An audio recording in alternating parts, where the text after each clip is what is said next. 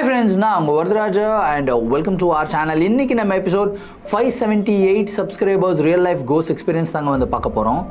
நம்ம செய்கிற பாவம் நம்ம தலையில் வந்து விடியும் அப்படின்னு சொல்லுவாங்க. பழைய காலத்தில் தான் நம்ம செய்கிற பாவம் நம்மளுடைய பசங்க தலையில் வந்து விடியுன்னுவாங்க. ஆனால் இப்போது கலிகாலத்தில் நம்ம செய்கிற பாவம் நம்மளுடைய தலையில் தான் வந்து விடியுங்க. இந்த ஜென்மத்திலே நம்ம பாவத்துடைய பலனை அனுபவிச்சிருவோம் அப்படின்னு சொல்லுவாங்க. ஒரு சில பேர் வெறும் பாவத்துடைய பலனை மட்டும் அனுபவிக்க மாட்டாங்க, ஆனால் அமானுஷங்களுடைய தாக்கத்தையும் அனுபவிப்பாங்க. இந்த வீடியோவில் அப்படிப்பட்ட ரொம்பவும் சுவாரஸ்யமான நிகழ்வு தாங்க காத்துக்கிட்டு இருக்கு. இந்த நிகழ்வு நீங்கள் பார்க்குறதுக்கு முன்னாடி நீங்கள் நம்ம சேனலுடைய புதிய பார்வையாளராக இருந்தாலும் சரி, இல்லைனா நம்மளுடைய சேனலை பார்த்துட்டு இருக்கீங்க, சப்ஸ்கிரைப் பண்ணாமல் பார்த்துட்டு இருக்கீங்க அப்படின்னா தயவுசெய்து சப்ஸ்கிரைப் பண்ணிக்கோங்க. கூடவே இருக்கிற பெல் ஐக்கானை கிளிக் பண்ணிக்கோங்க. அப்போ தான் எவ்ரி ஆல்டர்னேட்டிவ் டே போடுற வீடியோ உங்களால் உடனே பார்க்க முடியும். இப்போ வாங்க ஸ்ட்ரைட்டாக வீடியோக்குள்ளே போகலாம்.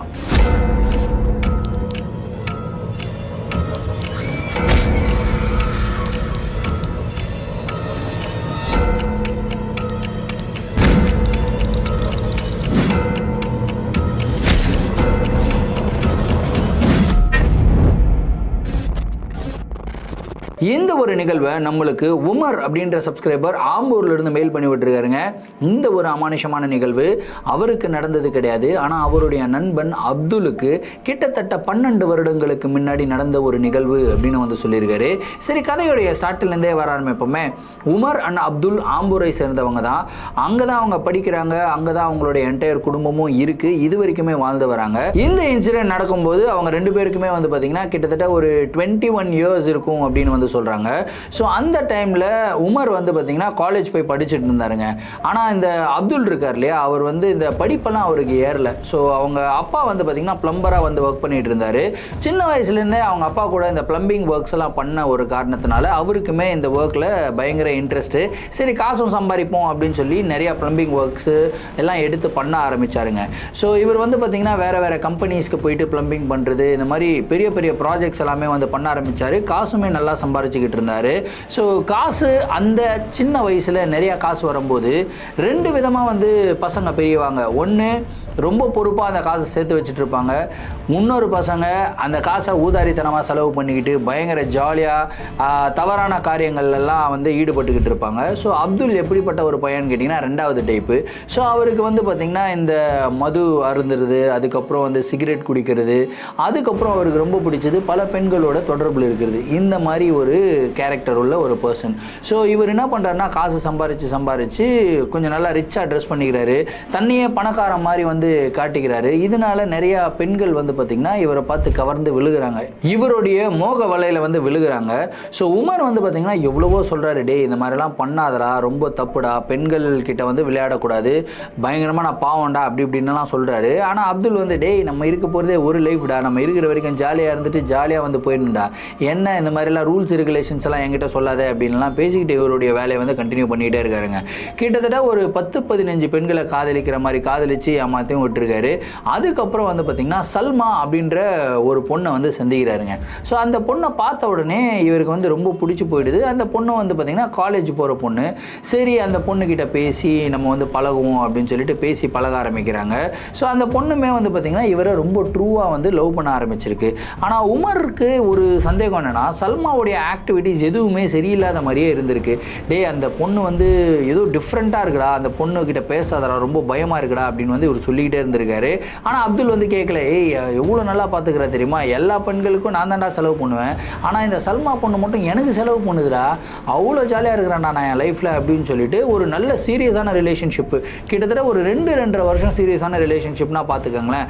இந்த 2.5 வருஷத்தில் அப்துல் வந்து டோட்டலாக சேஞ்ச் ஆகிட்டார். எப்படின்னு கேட்டிங்கன்னா வேறு எந்த ஒரு பெண்களையும் வந்து பார்க்கல, குடிக்கலை, அந்த மாதிரி வந்து ரொம்ப ட்ரூவாக வந்து மாறிட்ட மாதிரி இருந்தது. ஸோ உமருக்கு வந்து ஒரு சந்தோஷம், சரி ஒரு பொண்ணு வந்துச்சு, நம்ம தான் தப்பாக நினச்சிட்டோம் போல இருக்குது, இவன் வந்து ரொம்ப ட்ரூவாக மாறிட்டான்னு நினைக்கிறேன், இந்த மாதிரி ரொம்ப நல்லவனாக இருக்கிறான், இப்படியே இருந்துட்டானா லைஃப் லாங் நல்லாயிருக்கும், இவங்க 2 பேரும் கல்யாணம் பண்ணிவிட்டு சந்தோஷமாக இருப்பாங்க அப்படின்னு சொல்லிட்டு நினச்சிட்டு அவர் மட்டும் அவருடைய வேலையை வந்து பார்த்துக்கிட்டு இருக்காருங்க. ஒரு நாள் என்ன ஆகுதுன்னு கேட்டிங்கன்னா, இந்த அப்துலுக்கு வந்து ஒரு வீட்டிலேருந்து ஃபோன் கால் வருது. இந்த மாதிரி எங்கள் வீட்டில் இந்த பைப்பெல்லாம் ரிப்பேர் ஆகிடுச்சு அப்படின்னு சொல்லிட்டு ஒரு பொண்ணு வந்து ஃபோன் பண்ணுதுங்க. அவங்க கடைக்கு வந்து ஃபோன் பண்ணுது. இதோ வந்துடுறோமா அப்படின்னு சொல்லிட்டு இவர் வந்து பார்த்திங்கன்னா போகிறாருங்க. போகும்போது இவர் நார்மலான ட்ரெஸ் எல்லாம் போட்டு போல் எங்கேயோ வெளியே வெளியே கிளம்பி போகிறதுக்காக ரெடி ஆகிருக்காரு. ஸோ கொஞ்சம் நல்லா ட்ரெஸ் பண்ணிகிட்டே வந்து பார்த்திங்கன்னா அந்த வீட்டுக்கு வந்து போயிருக்காரு. அந்த வீட்டுக்குள்ளே போகும்போது ஒரு 17-18 வயசு இருக்கும் அந்த பொண்ணுக்கு. அந்த பொண்ணு பேர் வந்து பார்த்திங்கன்னா ஜோயா. அவ்வளோ அழகாக இருக்குது அந்த பொண்ணு. அந்த பொண்ணை பார்த்த உடனே திரும்பியும் பழைய அப்துல் வந்து வந்துட்டார் அப்படின்னு சொல்லலாம்.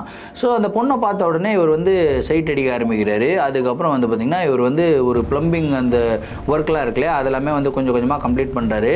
ஆனால் இந்த வீட்டுக்கு அடிக்கடி வரணும் அப்படின்னு வந்து அவருக்கு தோணுனதுனால இவர் என்ன பண்ணுறாரு அப்படின்னா ப்ளம்பிங் ஒர்க்கை ப்ராப்பராக ஃபுல்லாக கம்ப்ளீட் பண்ணாமல் ஏதோ ஒரு குறை விட்டுட்டு போயிருக்காரு. அதாவது ஒரு 2-3 நாள் வந்து தாங்க 3 நாள் கழித்து திரும்பியும் வந்து கூப்பிடணும் அப்படின்ற லெவலுக்கு வந்து வெஸ்ட்டு போயிருக்காருங்க.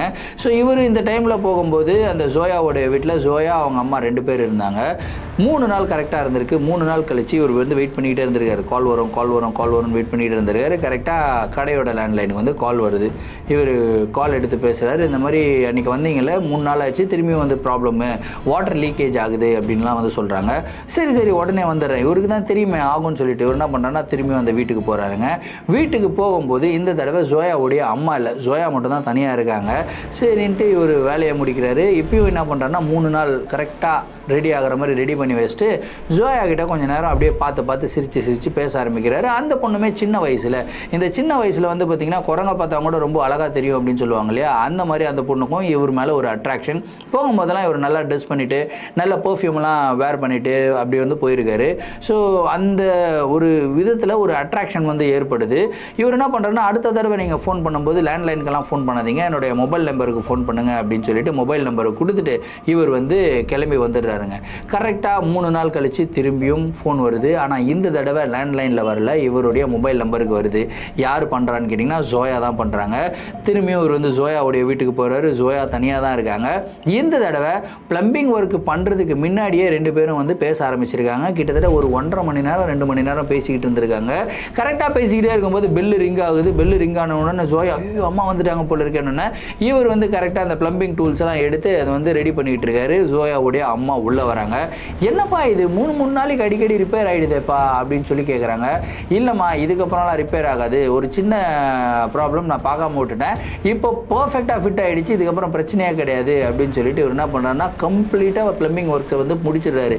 இதுக்கப்புறம் தான் என்ன, ஜோயாவுடைய மொபைல் நம்பர் இவருக்கு வந்துருச்சு, இவருடைய மொபைல் நம்பர் ஜோயாவுக்கு போயிடுச்சு. இதுக்கப்புறம் அவங்க டைரெக்டாக கால் பண்ணுவாங்க அப்படின்ற ஒரு நம்பிக்கையில் இவர் வந்து ஃபுல்லாக முடிச்சுட்டு போயிடுறாருங்க. கரெக்டாக அன்றைக்கி நைட்டு ஜோயா வந்து கால் பண்ணுறாங்க. கால் பண்ண உடனே இவருக்கு தெரிஞ்சிருது, ஆஹா ஓகே நம்ம வலையில் இன்னொரு பொண்ணு வந்து சிக்கிட்டா அப்படின்னு சொல்லிட்டு ஜோயா கிட்ட பேச ஆரம்பிக்கிறாரு. அப்படியே அவங்களுடைய ரிலேஷன்ஷிப்பு வந்து வளருது. ஆனால் அந்த ஜோயா கூட பழகும்போது இவர் என்ன யோசிச்சு பழகுறாரு அப்படின்னா இந்த பொண்ணை லவ் பண்ணுறதுலாம் கிடையாது, இந்த பொண்ணை வந்து கல்யாணம் பண்ணிக்கணும். ஏன்னா அவங்க வந்து ரொம்ப ரிச்சான ஃபேமிலி, அவங்க இந்த பொண்ணை கல்யாணம் பண்ணிக்கணும், எப்படியாவது நம்மளுடைய வலையில் மயக்கி இந்த பொண்ணை கல்யாணம் பண்ணிக்கணும் அப்படின்ற இன்டென்ஷனில் தான் இவர் வந்து பேச ஆரம்பிக்கிறார். ரொம்ப ட்ரூவாக இருக்க ஆரம்பிக்கிறாரு. இதுக்கு நடுவில் இதுக்கு முன்னாடி சல்மா அப்படின்னு ஒரு கேர்ள் ஃப்ரெண்ட் 2.5 வருஷமாக இருந்தாங்க இல்லையா, சல்மாவை வந்து பார்த்திங்கன்னா இவர் அவாய்ட் பண்ண ஆரம்பிச்சிருக்காரு. சல்மா எப்போல்லாம் கால் பண்ணுறாங்களோ கட் பண்ணி விட்டுறது, சல்மாவை போய் பார்க்கறது கிடையாது.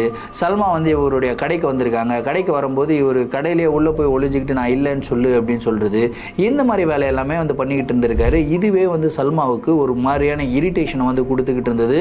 அழுக ஆரம்பிக்கிறாங்க. அவங்க என்ன பண்ணுறாங்கன்னா டைரெக்டாக உமர் கிட்ட வந்து இந்த ஒரு மேட்டரை சொல்கிறாங்க.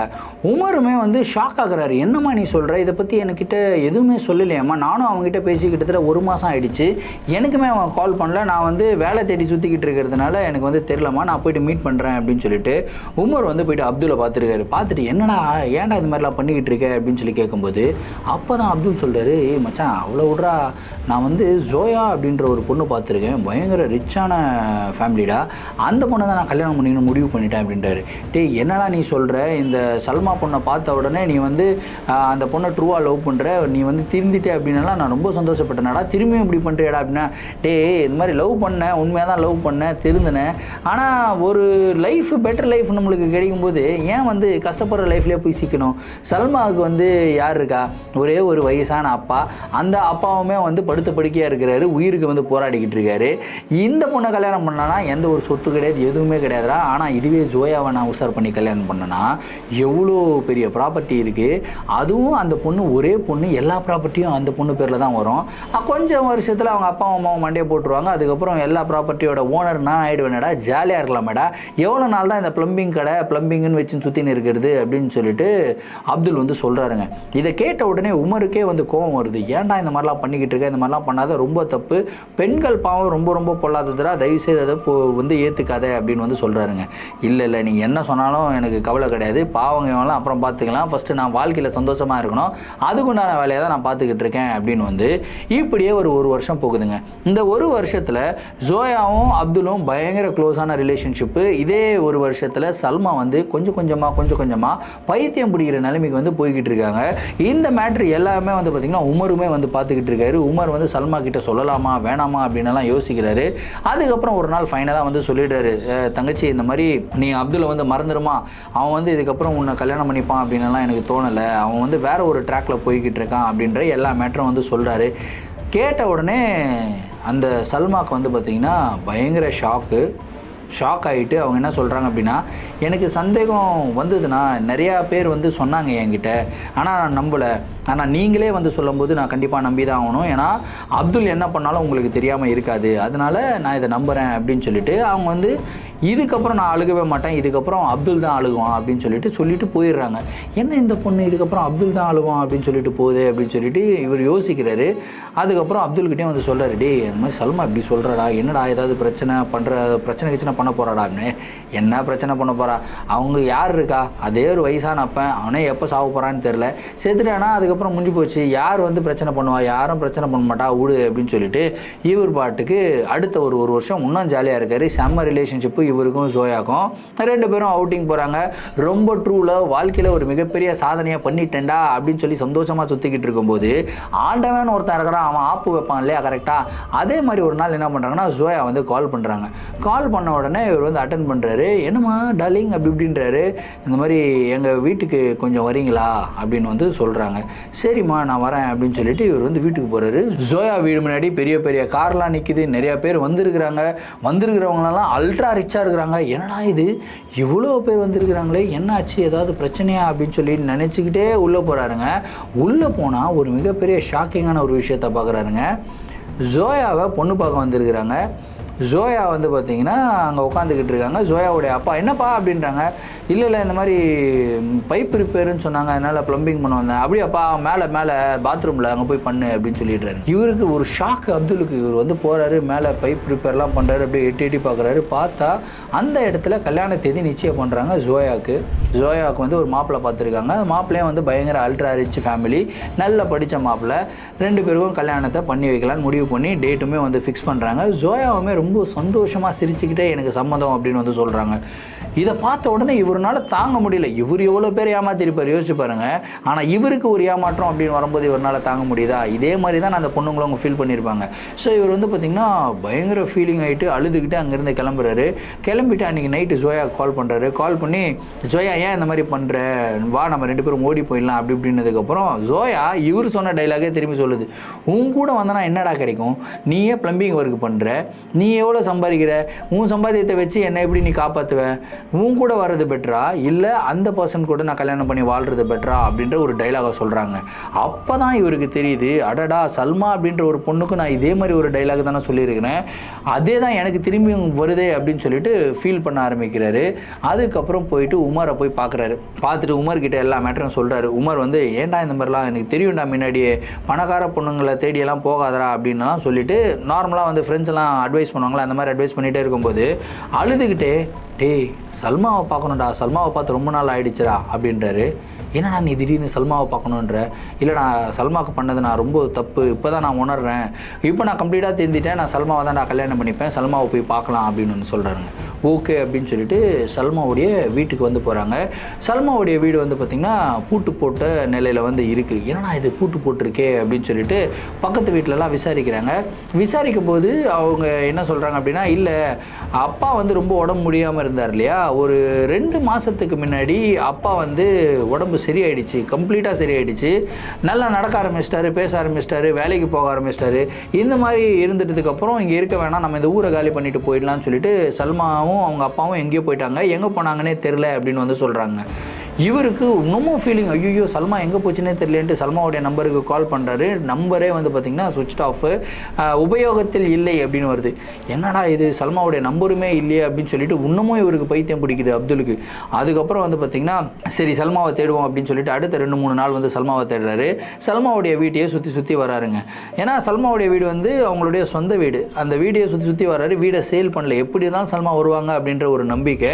அதுக்கப்புறம் அந்த வீட்டுக்கு பின்னாடி போகும்போது அந்த ஒரு ஜன்னல் ஒன்று இருக்குமா, ஜன்னலுக்கு சைடில் வந்து சாவி வச்சுருப்பாங்களாம். கரெக்டாக அந்த சாவி இருக்கான்னு செக் பண்ணி பார்க்கும்போது உண்மையிலே அந்த இடத்துல இருந்து சாவி இருந்திருக்கு.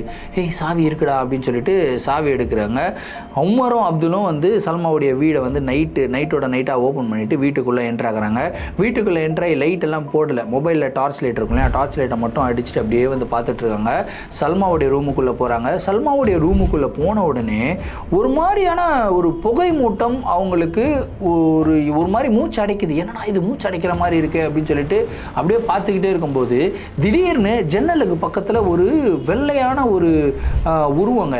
அந்த உருவம் எப்படி இருக்குன்னா ஒரு புகை மூட்டம் கொண்ட ஒரு உருவம் அப்படியே இவங்களை நோக்கி சர்ன்னு பாஞ்சு வருதுங்க. பாஞ்சு வந்த உடனே இந்த உமர் என்ன பண்ணுறாருன்னா அப்படியே கண்ணை மூடிக்கிறாருங்க. கண்ணை மூடிக்கிட்டு அப்துல் மட்டும் அப்படியே பயந்து போய் அப்படியே நின்றுக்கிட்டு இருக்கும்போது கரெக்டாக அந்த ஒரு உருவம் இவருக்குள்ளே என்ட்ரு ஆகும்போது உமர் வந்து கண்ணை திறக்கிறாரு. கண்ணை திறந்து பார்க்குறாரு. கரெக்டாக அந்த ஒரு வெள்ளை உருவம், ஒரு கிளவுட் ஃபார்மில் இருக்கிற உருவம், அந்த உருவம் வந்து பார்த்திங்கன்னா அப்துலுடைய உடம்புக்குள்ளே என்டர் ஆகுதுங்க. என்டர் ஆன உடனே அப்துல் வந்து நார்மலாக தான் இருக்கார். எதுவுமே வந்து எக்ஸ்ட்ராடினரியாக எதுவும் பண்ணலை, ஒரு மாதிரி பைத்தியம் பிடிச்ச மாதிரி எதுவுமே பண்ணலை. அவர் பட் நார்மலாக இருக்கார். ஏய் என்னடா எல்லை போல இருக்குது, வா போகலாம் அப்படின்றாரு. ஏய் இப்போது என்ன நடந்தது உனக்கு தெரியுமா அப்படின்னு சொல்லி கேட்குறாருங்க உமர். இல்லைடா நம்ம வந்தோம் தேடணும், ஒன்றுமே கிடைக்கல, எதுவும் இல்லை, அவள் எங்கேயோ போயிட்டா போல இருக்குது, வா நம்ம கிளம்பி போகலாம் அப்படின்னு சொல்லி கிளம்பி போய்ட்டாங்க. இந்த இன்சிடென்ட் நடந்த அடுத்த நாள்லேருந்தே வந்து பார்த்திங்கன்னா அப்துல் ரொம்ப வியர்டாகிறாரு. ரொம்ப வியர்டானா ரொம்ப வியர்டுங்க. அதாவது யாருக்கிட்டையும் ஒழுங்காக பேசுறதில்ல, உமர்கிட்ட பேசுறதில்ல, சாப்பிட்றதில்ல. அப்படியே வந்து அவர் வந்து உடம்பு சரியில்லாமல் படுத்துக்கிறாரு. ஃபீவர் வந்து கிட்டத்தட்ட 108 டிகிரிஸ் இருக்குது. திடீர்னு நைட்டில் எழுந்து உட்காந்து அவரே தன்னந்தனியாக வந்து புலம்ப ஆரம்பிக்கிறாரு. இதோ வந்துட்டா பாரு அப்படின்றாரு. அதுக்கப்புறம் இரு என்னை கூப்பிட தான் வந்திருக்கேன்னு எனக்கு தெரியும், நான் வந்துடுறேன் கூடிய சீக்கிரம் வந்துடுறேன், உங்க கூட வந்துடுறேன் அப்படின்னு வந்து சொல்கிறாரு. திடீர்னு செவுத்தை பார்த்து பேசிக்கிட்டு இருக்காரு. அதுக்கப்புறம் வந்து பார்த்தீங்கன்னா இந்த ஒரு கண்டிஷன் அப்படியே வந்து வேர்ஸ் ஆகிட்டே போயிட்டு இருந்திருக்கு. ஸோ இவங்க அப்பா அம்மா ரொம்ப ஃபீல் பண்ணுறாங்க. அப்துலோட அப்பா அம்மா என்னடா இது பையனுக்கு இப்படி ஆயிடுச்சு அப்படின்னு சொல்லி உமர் கிட்ட சொல்கிறாங்க. உமருமே வந்து பார்த்திங்கன்னா இந்த மௌலானாலாம் இருப்பாங்களே அவங்ககிட்டலாம் கூப்பிட்டு போயெல்லாம் காட்டுறாரு. காட்டினதுக்கு அவங்க என்ன சொல்கிறாங்க அப்படின்னா ஒரு ஆன்மாவுடைய தாக்கம் வந்து உங்களுடைய ஃப்ரெண்டுக்கு வந்து வந்திருக்குப்பா. இந்த உங்களுடைய ஃப்ரெண்டுடைய உடம்புக்குள்ளே ஒரு ஆன்மா இருக்குது, அந்த ஆன்மா வந்து ரொம்ப உக்கிரமாக இருக்குது, உங்கள் ஃப்ரெண்டை காலி பண்ணணும்னு நினைக்குது அப்படின்னு வந்து சொல்கிறாங்க. எவ்வளவோ இவர் வந்து காப்பாற்றணும்னு முயற்சி பண்ணுறாங்க. ஆனால் இவருடைய கண்டிஷன் வந்து டே பை டே பேட் ஆகிட்டு தாங்க போயிட்டு இருந்திருக்கு. ஒரு நாள் என்ன ஆகுதுன்னா 3 மாதம் இதே மாதிரி ஒரு கண்டிஷன் இருந்திருக்காரு. 3 மாதத்தில் இவர் வந்து பார்த்திங்கன்னா படுக்கை ஆகிடுறாருங்க. படுக்கை ஆன உடனே சரி எப்படியாவது ஹாஸ்பிட்டலில் கூட்டு போய் ட்ரீட்மெண்ட்டாவது கொடுக்கணும் இல்லையா, ஹாஸ்பிட்டலில் வந்து அட்மிட் பண்ணுறாங்க. கரெக்டாக ஒரு ப்ரைவேட் வார்டில் வந்து அட்மிட் பண்ணுறாங்க. அப்துல் வந்து பெட்டில் படுத்துக்கிட்டு இருக்காரு. எலும்பும் தோலும் ஆகிடுறாரு. அவருடைய ஸ்கின் எல்லாமே வந்து பார்த்திங்கன்னா எலும்பில் ஒட்டுனா ஒரு மாதிரி எலும்பெல்லாம் தெரியும் இல்லையா, அந்த மாதிரி கண்டிஷனில் வந்து இருக்காருங்க. ரொம்ப ஒல்லி ஆகிட்டார். அதை பார்த்தாலே உமருக்கே வந்து பார்த்திங்கன்னா ரொம்ப பாவமாக இருக்குது. அவங்க அப்பாவும் அம்மாவும் அழுகுறாங்க. ஏன்னா அப்துல் வந்து ஒரே பையன் அவங்களுக்கு. ஸோ ரொம்ப அழுதுகிட்டு இருக்கும்போது இவர் டாக்டர்கிட்ட பேசிகிட்டே இருக்கார். என்ன சரியாகும் அப்படின்லாம் கேட்குறாங்க. இல்லைப்பா நாங்கள் எவ்வளோ ட்ரீட்மெண்ட் பண்ணாலுமே இவனுக்கு சரியாக மாட்டேங்குது. ஆக்சுவலாக இவனுடைய பிளட் கவுண்ட் வந்து பார்த்தோன்னா குறைஞ்சிக்கிட்டே வருதுப்பா. நாங்கள் வந்து பிளட்டை இன்ஃபியூஸ் பண்ணுறோம். பிளட்டை இன்ஃபியூஸ் பண்ணாலும் திரும்பியுமே வந்து அந்த உள்ளே போகிற பிளட் எங்கே போகுதுன்னே தெரியல. பட்டுன்னு வந்து பார்த்தோன்னா பிளட்டே இல்லாமல் இருக்குது. இவனுடைய உடம்புல ரத்தம் வந்து குறைஞ்சிக்கிட்டே இருக்குது அப்படின்னு வந்து சொல்கிறாங்க. ஒன்றும் புரியல இவருக்கு. இது எப்படி டாக்டர் ட்ரீட் பண்ணுறது, ஏதாவது பண்ணி என் ஃப்ரெண்டை காப்பாற்றுங்க அப்படின்னு சொல்லிக்கிட்டே இருக்காங்க. திடீர்னு வந்து பார்த்தீங்கன்னா ரொம்பவும் வீக்காக இருக்காருங்க. அப்துல் படுத்துக்கிட்டு தான் இருக்காரு. அவ்வளோ வீக்கான ஒரு பர்சன் திடீர்னு பெட்டில் அப்படியே படுத்துக்கிட்டே இருக்கும்போது பட்டுன்னு எழுந்து உட்காராருங்க. எழுந்து உட்காந்து சிரிக்க ஆரம்பிக்கிறாரு. சிரிச்சுக்கிட்டே அவருடைய நெஞ்சில் டம்முன்னு அடிச்சுக்க ஆரம்பிக்கிறாரு.